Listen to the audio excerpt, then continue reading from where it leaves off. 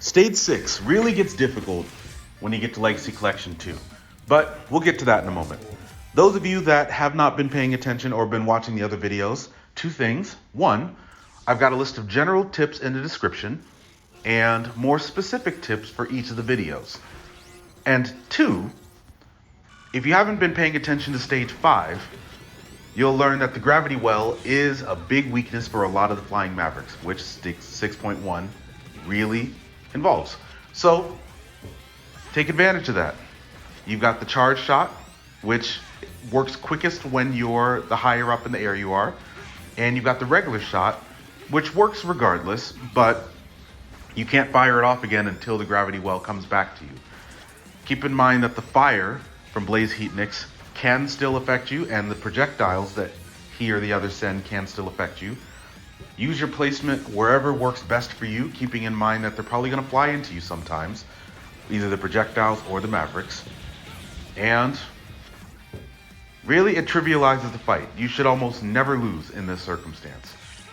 Even if you're taking damage, you're probably going to outdamage them, unless you stay in a spot where you're just going to keep taking damage. So take advantage of the gravity well and enjoy your easy 6.1 victory.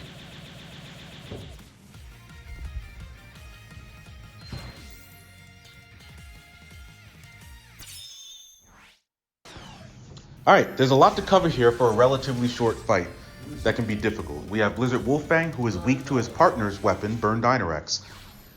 That weapon being the Magma Blade. So we're going to take advantage of tip 6, using the charged weaknesses, in this case the Magma Blade, to do maximum damage in a short amount of time.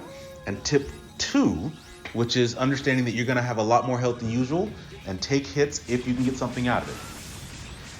We want to make sure that we get off the charged Magma Blade to knock Wolfang out as soon as possible. But the thing to keep in mind is that if you get hit, if you try the charged Magma Blade before the first projectile comes out, you lose the weapon energy. Do that enough times and you're going to run out of weapon energy to take out Wolfang. But all you have to do is put yourself in a position to make sure that you can fire off that first projectile, and then start doing that repeatedly and you'll take out Wolfang pretty quickly. When it comes to the one-on-one fight with Dynarex, it's pretty frenetic. I really like it. You stick on the walls initially, slide down, hit him with the charge shot, taking advantage of the charge shot in the boots. If he comes closer to you, eventually you can jump over him. And if he sticks to the back wall, he's either going to try to fire, I believe it's about 5 projectiles really fast. You change your vertical position to just dodge them while waiting for the next one, or he'll charge at you after he waits about a second. Basically bait him by pretending to go high and then go under him and dash under.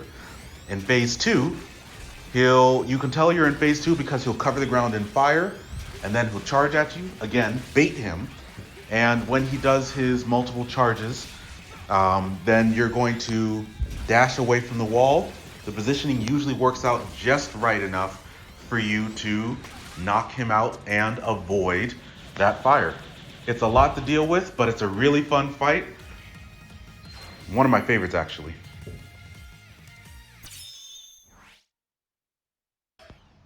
So going up against the General and the Colonel from X4 makes sense thematically. They're both from the same game. They're both part of the same army. It makes a lot of sense.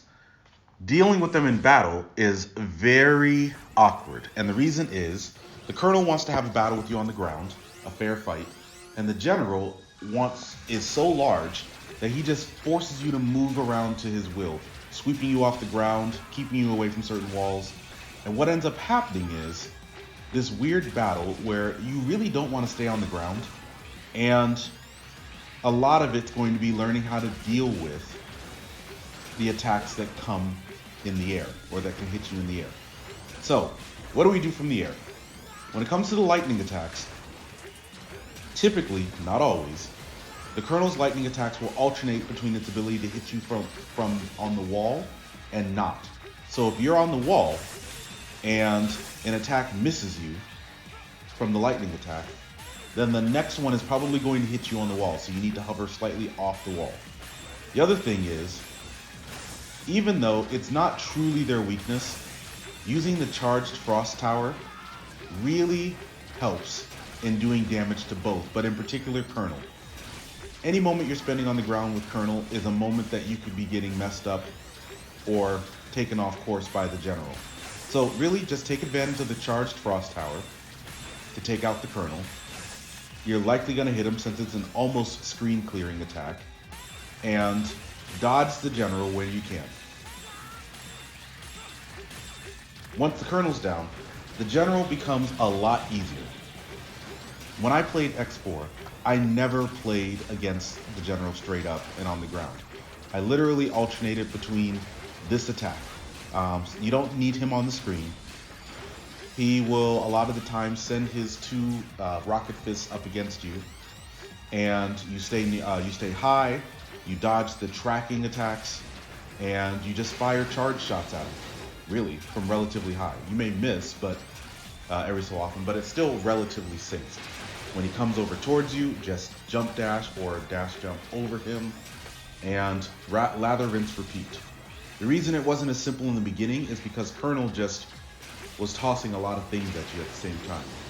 Keep in mind, you're going to hear when the projectile comes at you that you're just going to need to avoid, usually by going high. And just use the charge shots to go make quick work of General. Not too bad, a little chaotic, but nothing we can't handle. Alright, this fight of Psycho Sigma from X5 and Nightmare Zero from X6 is by far the toughest one to date, in my opinion. What you're going to have to do here is deal with the fact that they can start out damaging you pretty quickly, and if you start taking multiple hits in a row, it's going to really wear on you. So really, for the first time, I'm going to say you should take the first couple times and just practice dodging attacks from up high. The primary ones that are going to get you are, if you're high up enough, Zero's third hit in his Buster Sword combo, which the sword tracks you, and the one where the pillars of charge shots come out of the ground, where you use the hover boots primarily to find a safe spot. Just practice with that. But what we're going to do here is use the Z-Saber, which is Nightmare Zero's weakness, and look for an opening. We're not going to be aggressive. We're just going to look for an opening to hit him with those until we get to phase 2. You're going to take damage. You're just going to have to deal with the fact that that's a fact of life here. But once you get to phase 2, use the Frost Tower, the charged Frost Tower, which I know is not the weakness for either of them, but it will definitely help to minimize the amount of time you have to deal with phase 2. Because Zero's phase 2 is a pain in the neck to deal with. So use that. It's going to do damage to both of them. You just don't have to deal with as much from them. It's really a good application of tip 6. But once you knock out Zero, Psycho Sigma becomes a little easier. You can stick to the top left corner for most of what you're doing. And the only 2 times he's going to be able to hit you is with the Sigma heads, in which case you go underneath him when he gets too high, or for his teleporting to the edge using a bottom slash, top slash, middle slash, maybe not in that order. And you stay at the bottom for one, you stay at the top for the other, and use the hover boots to stay in a safe spot for the middle. It's a lot to deal with. Honestly, practice is going to do a lot for this one. But it doesn't get any easier from here, so I'll see you for the next one.